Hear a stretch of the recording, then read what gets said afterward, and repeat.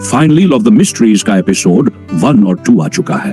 The big fiction is here. इसके लिए बहुत सारे लोग काफी वेट कर रहे थे और सच कहे तो फर्स्ट एपिसोड, सेकंड एपिसोड दोनों ही कमाल के थे। जिन लोगों ने इसका लाइट नॉवेल पहले से पढ़ा है उन्हें तो इस सीरीज की स्टोरी, वर्ल्ड बिल्डिंग और पूरा एंटायर सेटअप पहले से पता है। It's a goddess series without any doubt. लेकिन जब ये सब कुछ एनिमेशन में ट्रांसलेट हुआ तो जो स्क्रीन पर आया वो था एब्सोल्यूट चुमेश्वर। लेकिन यहाँ एक दिक्कत है, बहुत सारे लोगों को ये चीजें काफी कंफ्यूजिंग लग रही हैं बिकॉज ज्यादातर लोगों ने ना इसका मैनुआ पढ़ा है ना वेब नॉवेल ट्राई किया है। सो नेचुरली बहुत लोगों को इसका पावर सिस्टम और इवेंट समझ नहीं आ रहा। तो आज के इस वीडियो में हम फर्स्ट और सेकंड एपिसोड दोनों को एक ही वीडियो में एक्सप्लेन करने वाले हैं, चाहे आपने एपिसोड देखा हो या ना देखा हो।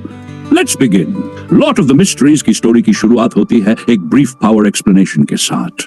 हमें बताया जाता है कि इस दुनिया में बियॉन्डर्स नाम की एक पावरफुल एग्जिस्टेंस है और इंसान स्पेशल पोशन पीकर उन बियॉन्डर्स की एबिलिटीज हासिल कर सकता है। पोशन लेने के बाद एक नया रास्ता खुलता है जिसे कहा जाता है पाथवे, और यही है इस दुनिया का main power system.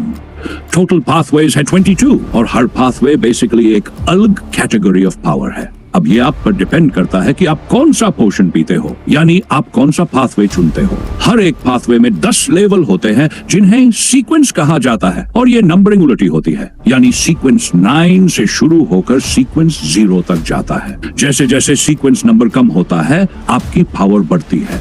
Sequence 9 basic starting point है जो लोग जस्ट बने हैं बियॉन्डर, और जैसे जैसे वो बढ़ते हैं 8, 7, 6 पावर इंटेंस होती जाती है और आखिर में सीक्वेंस 0 तक पहुंचने वाले पावरफुल बियॉन्डर्स को गॉड्स की तरह ट्रीट किया जाता है। पूरा ये सिस्टम कहलाता है the path of the divine. अब स्टोरी की असली शुरुआत होती है। सितंबर 9, 1349 का मोमेंट दिखाया जाता है जिसे द आयरन एज कहा जाता है। एक इंटेंस सीन में एक इंसान एक मॉन्स्टर लाइक क्रीचर से लड़ रहा होता है लेकिन हार जाता है और वैनिश हो जाता है। तभी अचानक हम कट होते हैं एक बंद कमरे में जहां एक लड़का जागता है और खुद से पूछता है मैं कहां हूं।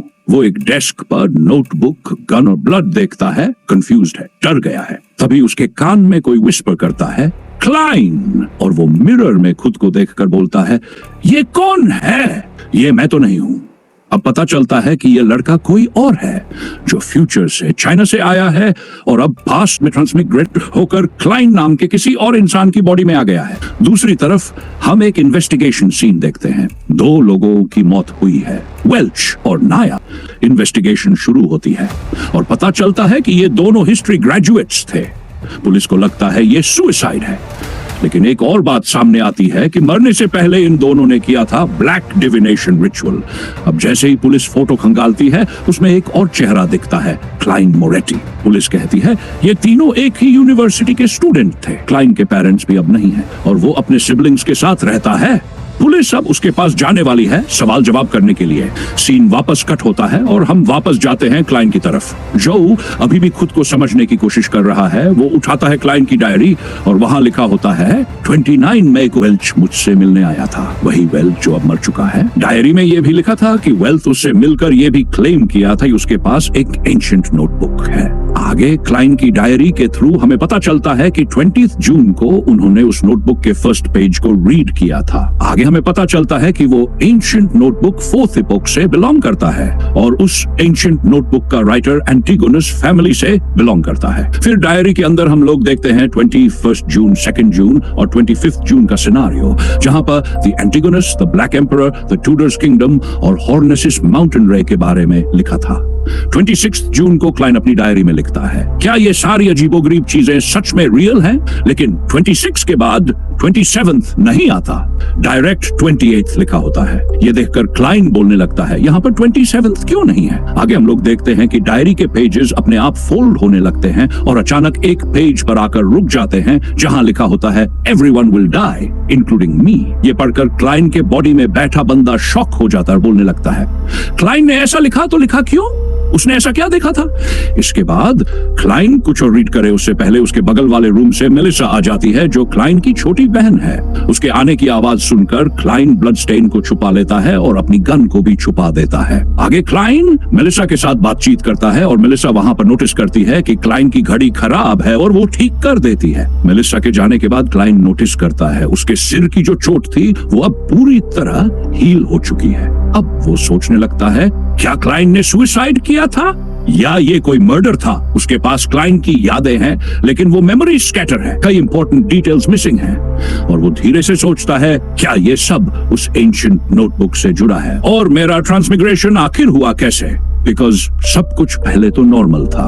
वो अपने डेस्क पर बैठकर काम कर रहा था, फिर फैमिली के साथ डिनर किया, सब कुछ एकदम नॉर्मल। लेकिन जब वो सोने गया, उसने एक रिचुअल परफॉर्म किया और फिर आगे की कोई मेमोरी नहीं। और जब होश आता है वो सीधे क्लेन के बॉडी में। अब हम देखते हैं फिर से मेलिसा आती है, क्लेन को ब्रेकफास्ट देती है और कहती है कुछ फ्रेश ब्रेड लेकर आना। बोलकर मेलिसा वहां से चली जाती है और उसके जाते ही क्लेन धीमी आवाज में कहता है, आई एम सॉरी मेलिसा, शायद जब तुम अगली बार आओगी तो मैं यहाँ न रहूं। मेलिसा के जाने के बाद क्लेन फिर से सोचने लगता है, अगर क्लाइन ने सच में रिवॉल्वर से सुसाइड किया था तो गोली की आवाज बहुत तेज होती। मेलिसा ने दूसरे कमरे में जरूर सुना होता, लेकिन उसने कुछ भी नहीं सुना। तो फिर क्या ये सुसाइड नहीं, मर्डर था?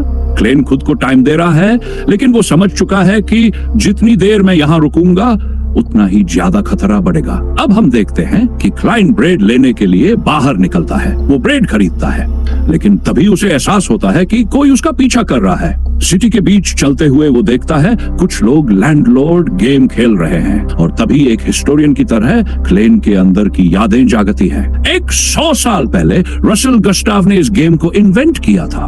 उसी ने टेरिट ट्रेडिंग और स्टीम जैसे इन्वेंशंस भी किए थे।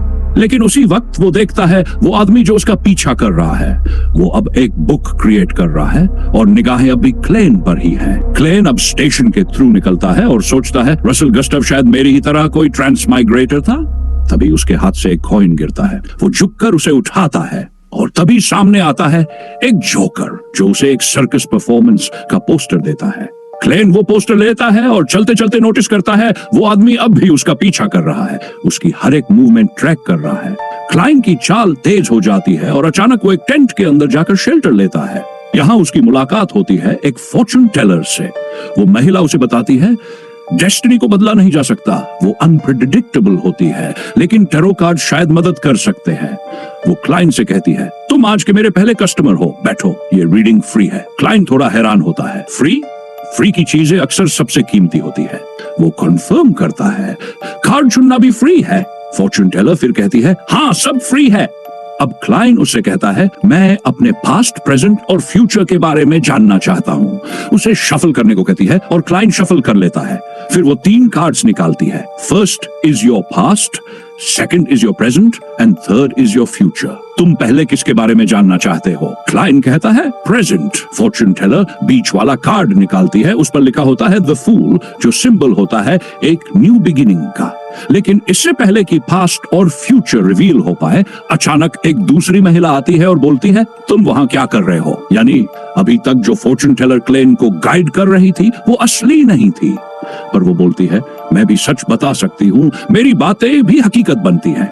लेकिन रियल टेलर उसे वहां से भगा देती है। उसी समय क्लेन का पीछा कर रहा शख्स वहां पहुंच जाता है, लेकिन क्लेन किसी तरह उससे बचकर वहां से निकल जाता है। अब क्लेन घर वापस आता है और डिसाइड करता है कि वो फिर से लक एन्चेंटमेंट रिचुअल परफॉर्म करेगा। शायद इस बार वापसी का कोई रास्ता मिल जाए। रिचुअल दोबारा स्टार्ट होता है, लेकिन इस बार कुछ भी नहीं होता। कुछ सेकंड बाद अचानक उसके सर में बहुत तेज दर्द होता है। पूरा कमरा कांपने लगता है, हर तरफ रेड लाइट्स आ जाती है और क्लेन एक फॉग वाली दुनिया में चला जाता है। वो वहां 2 चमकती हुई लाइट्स को टच करता है और ये लाइट्स रियल वर्ल्ड से 2 लोगों को समन कर लेती हैं। पहली एक रॉयल लेडी जो मिरर के सामने खड़ी थी और बोल रही थी मिरर अवेकन। दूसरा एक शख्स जो शिप पर था और वहीं से अचानक गायब हो जाता है। अब ये दोनों लोग क्लेन के साथ उसी फॉग रेल्म में हैं, लेकिन जब वो एक दूसरे को देखने की कोशिश करते हैं तो उन्हें बस एक परछाई नजर आती है। सिर्फ ऊपर खड़ा क्लेन उन्हें साफ दिखाई दे रहा था। अब क्योंकि क्लाइन उनके ऊपर खड़ा है, उन्हें लगता है कि शायद उसी ने उन्हें समन किया है। वो लोग क्लाइन से पूछते हैं आपने हमें समन किया, ये जगह क्या है? क्लेन खुद कंफ्यूज हो जाता है, क्या सच में मैंने इनको समन किया?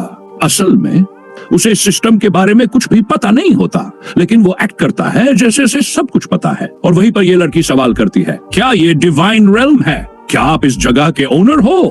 बट क्लेन खुद भी कंफ्यूज है। मन ही मन वो बोलता है, ये डिवाइन रेल्म हो सकता है, बट यहाँ कोई थ्रोन तो नहीं है। अचानक चारों तरफ खतरनाक पिलर्स उभरने लगते हैं और एक थ्रोन प्रकट हो जाता है। ये सीन एनिमेशन में बेहद पावरफुल तरीके से दिखाया गया है।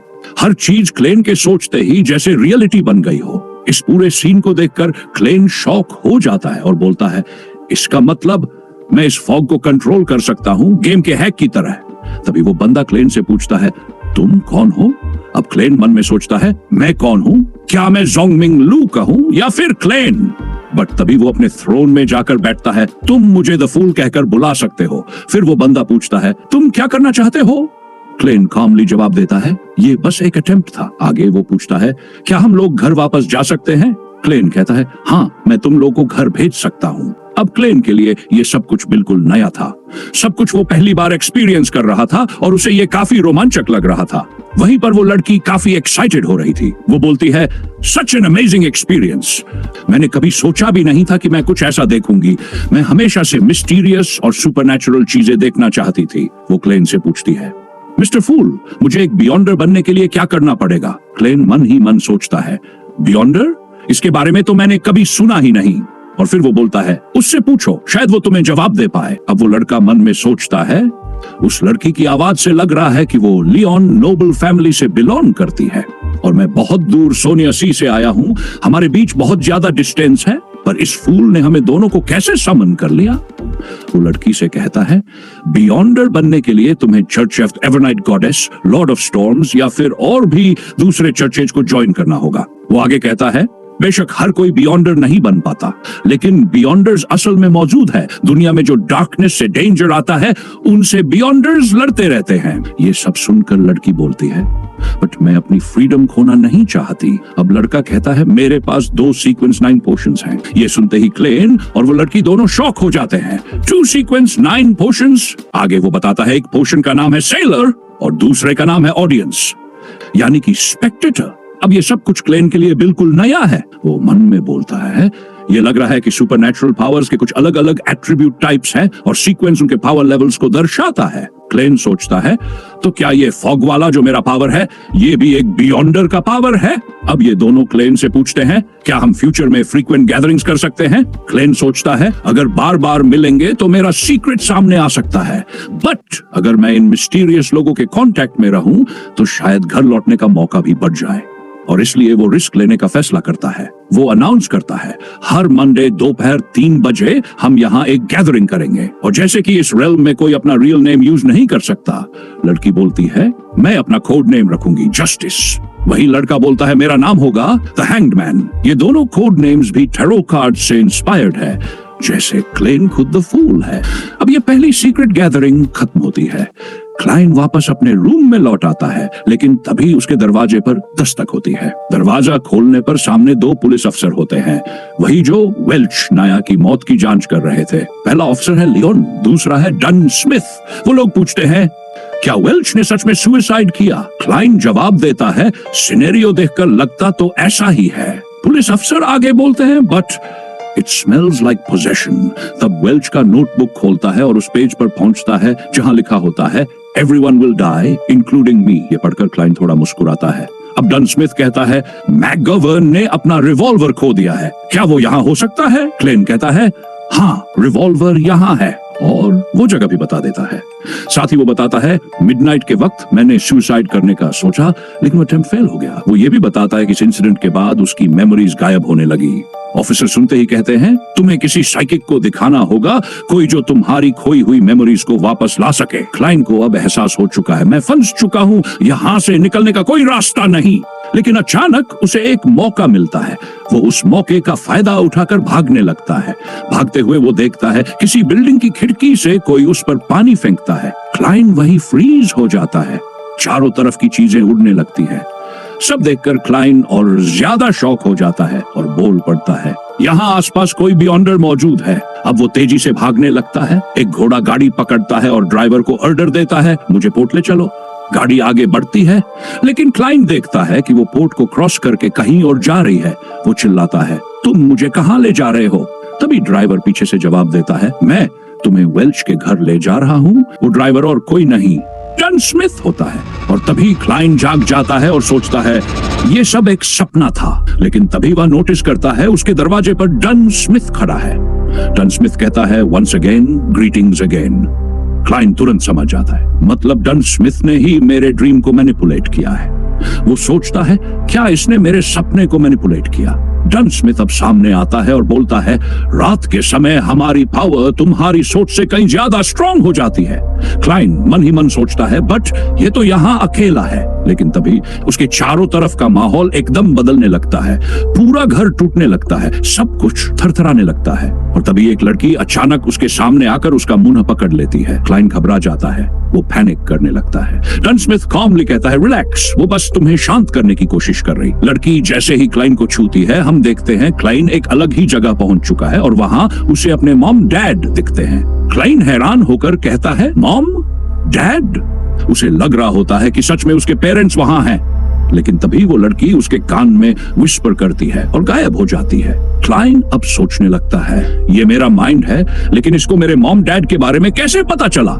ये सारी मेमोरीज मेरे सीक्रेट्स है, वो इन्हें कैसे रीड कर सकती है? वो फिर सोचता है, क्या ये सब कुछ फॉग की वजह से हो रहा है? अचानक वो लड़की फिर से सामने आती है, क्लाइन को पकड़ लेती है, उसकी आंखों में देखकर कहती है, एंटीगोनस फैमिली का नोटबुक कहाँ है? क्लाइन घबराकर बोलता है, वो नोटबुक, क्या वो गायब हो चुकी है? फिर वो लड़के को देखता है जो सवाल करता है, जून 27 को वेल्च के घर में क्या हुआ था? मुझे इस बारे में कुछ नहीं पता। अब वो लड़का सवाल करता है, वेल्च नाया मरे तब तुम क्या कर रहे थे? इतना सुनते ही क्लेन का दिमाग ब्लैंक हो जाता है और फिर अचानक वो अपनी रिवॉल्वर निकालता है और उस लड़के की तरफ पॉइंट करता है, पर अगले ही पल वो खुद को ही शूट कर देता है। गोली चलती है और सब कुछ खत्म हो जाता है। क्लाइन की आंखें फिर से खुलती है और हम लोग वापस रियलिटी में आ जाते हैं। अब वो बोलता है, क्या मैं ये टेस्ट पास कर गया? लड़की डन स्मिथ से कहती है, मैं 3 बातों की गारंटी दे सकती हूँ। फर्स्ट, इसने खुद को गोली मारी थी, लेकिन फिर भी ये जिंदा है। सेकंड, इसकी लॉस्ट मेमोरीज वेल्च और नाया जैसी ही है। थर्ड, जिस पावर ने इसको अफेक्ट किया है वो बेहद ही खतरनाक है।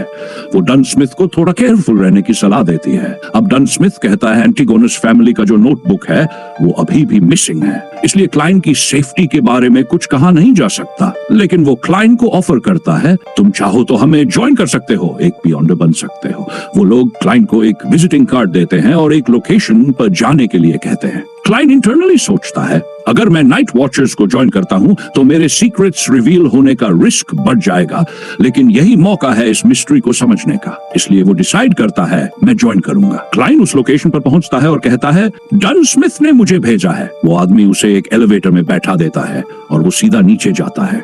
नीचे उतरते ही सामने एक ऑफिस था। इस जगह का नाम था ब्लैकथॉर्न सिक्योरिटी कंपनी और यहीं से शुरू होती है उसकी असली मुलाकात नाइट वॉचर से। सबसे पहले वो मिलते हैं रोजेन से, जो एक क्लर्क है और नाइट वॉच का हिस्सा। फिर वो मिलता है रॉयल रेडन से, जो बिलोंग करती है द स्लीपलेस पाथवे से। फिर आता है फ्राई, जो एक कॉप्स कलेक्टर है और एक सीक्वेंस लेवल बियॉन्डर है। इसके बाद क्लाइन मिलता है केनली वाइट से, जो भी द स्लीपलेस पाथ का हिस्सा है। यहाँ पर हर पाथवे अलग है और जैसे बताया गया था, टोटल 22 पाथवेज हैं। अब क्लाइन और डन एक खास चेंबर में जाते हैं जहां डन खुद बैठा था। डन भी स्लीपलेस पाथवे का एक बियॉन्डर है, सीक्वेंस 7, और उसका नाम है द नाइटमेयर। डन क्लाइन को देखकर बहुत खुश होता है क्योंकि उसने आखिरकार ज्वाइन करने का डिसीजन ले ही लिया। वो क्लाइन को सारे डॉक्यूमेंट्स देता है जिनके ऊपर लिखा होता है स्पेशल ऑपरेशन डिपार्टमेंट और काउंटर पुलिस। क्लाइन बोलता है, मुझे तो लगा था ये ब्लैकथॉर्न सिक्योरिटी कंपनी है, बाहर तो पोस्टर यही कह रहा था। डन मुस्कुरा कर बोलता है, वो तो बस कवर अप है। अब डन सब कुछ एक्सप्लेन करता है। हम लोग church of the Evernight goddess के अंदर हैं और ये ऑर्गेनाइजेशन सभी सुपरनैचुरल इंसिडेंट्स को हैंडल करता है। फिर वो क्लाइन को वार्न करता है, एज अ नाइट वॉचर सबसे बड़ा रिस्क है अपने आप पर से कंट्रोल खो देना। क्लाइन सुनते ही चौंक जाता है। अब डन उसे लेकर एक और रूम में जाता है जहां एक मेमोरियल था उन सभी नाइट वॉचर्स का जो सैक्रिफाइस हो चुके थे। और फिर वो पूछता है, क्या तुम्हें मिथ ऑफ क्रिएशन के बारे में पता है? क्लाइन धीरे से सिर हिलाता है, हाँ, मुझे पता है। क्रिएटर, जिसने chaos से जन्म लिया और फर्स्ट रे ऑफ लाइट को क्रिएट किया, वही क्रिएटर धीरे धीरे पूरी दुनिया को बनाता है। उसकी एक आंख सन, दूसरी आंख मून बन गई, उसकी बॉडी लैंड एंड स्टार्स में बदल गई, उसके बाल फीनिक्स और उसके कान डिमोनिक वुल्व्स बन गए। 10 आगे कहता है, हमारा ओरिजिन भी कुछ ऐसा ही है। इंसान मिस्टिकल इंग्रेडिएंट्स को यूज करके पोशन बनाता है और उस पोशन से वो एक पाथवे के पावर को हासिल करता है। पाथवे का नाम सुनते ही क्लेन सोच में पड़ जाता है। वो याद करता है, हाँ, उस मीटिंग में हैंगमैन ने बताया था, there are 22 different pathways। Done अब विस्तार से बताता है, हमारे चर्च के पास 4 pathways के 9 सीक्वेंसेस है। 1 complete sleepless pathway, 2 corpse collector, 3 mystery prayers, seer।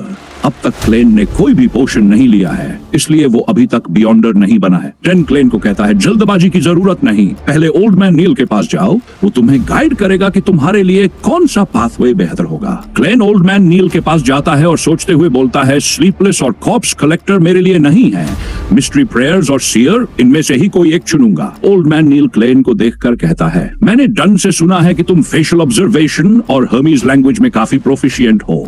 Klein हंसते हुए कहता है, नहीं, इतना भी नहीं। नील आगे कहता है, मैंने इन चीजों पर काफी सालों से स्टडी की है। और फिर वो एक पुराना नोटबुक बाहर निकालता है।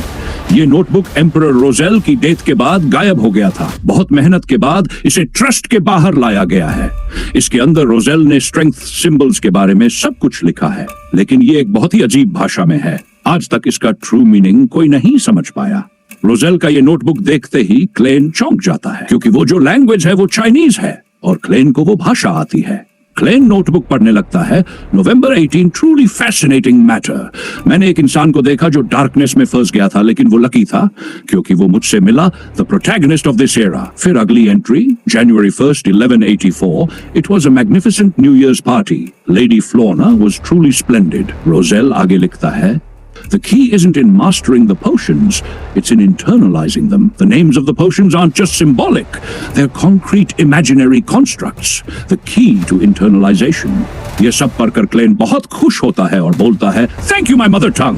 वो सोचने लगता है, अब शायद मुझे ये समझ में आ जाएगा कि मैं अपने टाइम में वापस कैसे जा सकता हूँ। क्लेन रोजेल की एक और एंट्री पढ़ता है, I should have chosen my apprentice from the seer or the marauder. They are the better choices. Klein सोच में पड़ जाता है, इसका मतलब क्या है? ओल्ड मैन नील अब सवाल करता है, क्लेन तुम ये सब क्या कर रहे हो? क्लेन जवाब देता है, मैं इसे ट्रांसलेट कर रहा हूँ। नील को यकीन नहीं होता। एक यंग लड़का जो 150 साल पुरानी भाषा पढ़ रहा है, लेकिन क्लेन की आंखों में कोई झूठ नहीं था। और अब क्लेन ने डिसाइड कर लिया है, वो द सीयर पाथवे चुनेगा। ये पाथवे का सीक्वेंस नंबर 9 है और जैसे ही उसने ये फैसला लिया, इसका मतलब था वो अब फुल सीयर पाथवे पर कदम रख चुका था। ओल्ड मैन नील उसे वार्न करता है, एक बार पोशन पी लिया तो वापसी का कोई रास्ता नहीं होता। लेकिन क्लेन तैयार था, क्योंकि ये उसका दिल कह रहा था। ओल्ड मैन नील पोशन बनाना शुरू करता है और जैसे ही वो तैयार होता है, क्लेन बिना हिचकिचाए उसे पी जाता है। लेकिन उस पोशन के असर से उसके अंदर कुछ होने लगता है। It was more like a chemical reaction. वो पोशन उसकी पूरी बॉडी में फैल रहा था और उसके इफेक्ट्स क्लियरली विजिबल थे। ओल्ड मैन नील क्लेन को इंस्ट्रक्शन देता है, एक ऐसा ऑब्जेक्ट याद करो जो इस दुनिया में सच में मौजूद हो। क्लेन एक इमेजिन करता है। फिर नील कहता है, अब एक ऐसा ऑब्जेक्ट इमेजिन करो जो इस दुनिया में मौजूद नहीं है। और क्लेन यहाँ एटॉमिक बॉम्ब को इमेजिन करता है। ब्रो, ये सीन बहुत ही जबरदस्त था, क्योंकि क्लेन धीरे धीरे अपना कंट्रोल खोने लगता है। नील उसे चिल्लाकर बोलता है, कंट्रोल योरसेल्फ, अपनी स्पिरिचुअलिटी को कंट्रोल करो। आखिरकार क्लेन खुद को कंट्रोल कर लेता है और जैसे ही वो जागता है, वो एकदम अलग तरीके से इस दुनिया को देखने लगता है। Because now he has the ability. इस एबिलिटी को यूज करके वो स्पिरिट विजन देख सकता है। वो लोगों का ऑरा भी क्लियरली देख पा रहा है। ब्रो, यही है सीयर की असली ताकत। ओल्ड मैन नील उसे एडवाइस देता है कि इस एबिलिटी को ज्यादा यूज करने से तुम्हारा स्टेमिना जल्दी खत्म हो जाएगा। अगर कभी बंद करना हो तो तुम 2 उंगलियों को अपने सिर पर लगाकर इस एबिलिटी को ऑन और ऑफ कर सकते हो। अब क्लेन ऑफिशियली एक बियॉन्डर बनने के बाद वो डन स्मिथ के पास आता है और डन उसे बताता है कि तुम अभी ऑफिशियली एक नाइट वॉचर नहीं हो, फिलहाल तुम एक क्लर्क की पोस्ट पर रहोगे। और अब क्लेन को हम लोग एक और चीज से खुश होते देखते हैं, उसे सैलरी मिलने वाली है, वीकली 12 पाउंड्स। वो हंसता है, मेरे भाई को भी सिर्फ 6 पाउंड्स मिलते हैं। पहला मिशन मिलता है, एलियट नाम का एक बंदा किडनैप हो चुका है, उसे ढूंढना है साथ में है लेनर्ड। और भाई ये कैरेक्टर तो सच में दमदार है। लेनर्ड बताता है सियर की एबिलिटी से तुम एलियट को ट्रैक कर सकते हो। क्लेन केन से डायरेक्शन लेने लगता है, केन उसे रास्ता बताता है, राइट लेफ्ट, और वो दोनों चलते जाते हैं जब तक एक पुराने से घर के सामने नहीं पहुंचते। अब वो दोनों उस रूम के बाहर खड़े होते हैं और क्लेन अपनी स्पिरिट विजन को यूज करता है और देख लेता है कि रूम के अंदर 2 किडनैपर्स हैं और विक्टिम भी। बाकी फाइटिंग का काम अब लेनर्ड का था और फिर होती है एक जबरदस्त फाइट। लेनर्ड बहुत ही तगड़ी फाइटिंग करता है ब्रो। एनिमेशन यहाँ पर टॉप क्लास था, आज तक ऐसा सीन नहीं देखा। लेनर्ड उन दोनों को हरा देता है, लेकिन जैसे ही वो गिरते हैं डेमोनिक ट्रांसफॉर्मेशन होता है। लेनर्ड उस डीमन को भी हरा देता है। फाइट खत्म होती है पर क्लेन की आंखें कुछ खोज रही थी। उसे एक फ्लैशबैक आता है, एक पुरानी याद। उसे याद आता है कि वो इसी रूम में पहले भी आ चुका है, उसने यही डोर खोला था।